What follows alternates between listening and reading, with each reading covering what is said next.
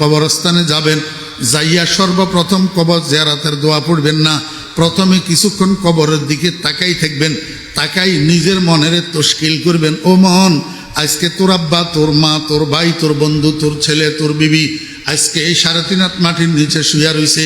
এত কাছে হওয়া সত্ত্বেও তুই কোনো খবর নিতে পারতেছিস না, সুখে আছে না দুঃখে আছে জানিস না।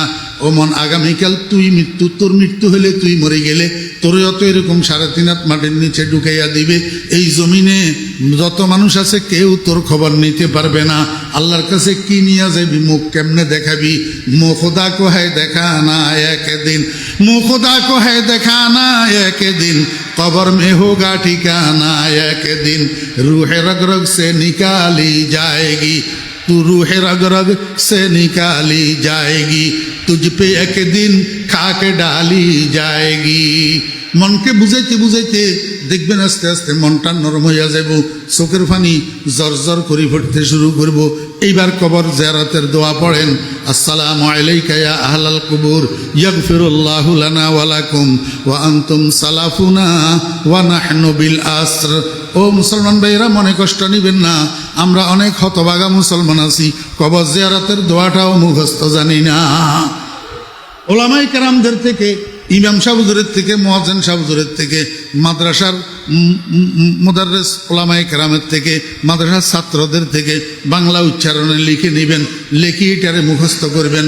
আসসালামু আলাইকুম ইয়া আহলাল কুবুর, ইয়াগফিরুল্লাহু লানা ওয়া লাকুম ওয়া আনতুম সালাফুনা ওয়া নাহনু বিল আসর। আরেকটা আছে, এটা একটু শক্ত টাইপের, এটা ফাইতেন নয়, এটা সোজা আছে, এটারে মুখস্থ করে লইবেন।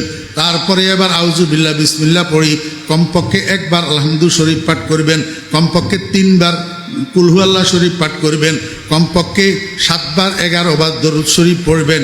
এবার আল্লাহর কাছে মনে মনে দোয়া করবেন, হে আল্লাহ, আমি যে তোমার কোরআন তেলাওয়াত করলাম, আমি যে সূরা ফাতিহা পড়লাম, সূরা ইখলাস পড়লাম, দরুদ শরীফ পড়লাম, এগুলার সওয়াব দয়া করে আমার আব্বার রুহের উপরে পৌঁছাইয়া দাও, আমার মায়ের রুহের উপরে পৌঁছাইয়া দাও। ও বেরা দোস্তা বাবেরা, কোনো সন্তান যদি মা বাপের কবরের কাছে যাইয়া 3 বার সূরা ইখলাস পড়ে, 3 বার, এই 3 বার সূরা ইখলাসের সওয়াবের বরকতে কমপক্ষে 40 দিন মাতা পিতার কবর আযাব বন্ধ হইয়া থাকে। কতদিন?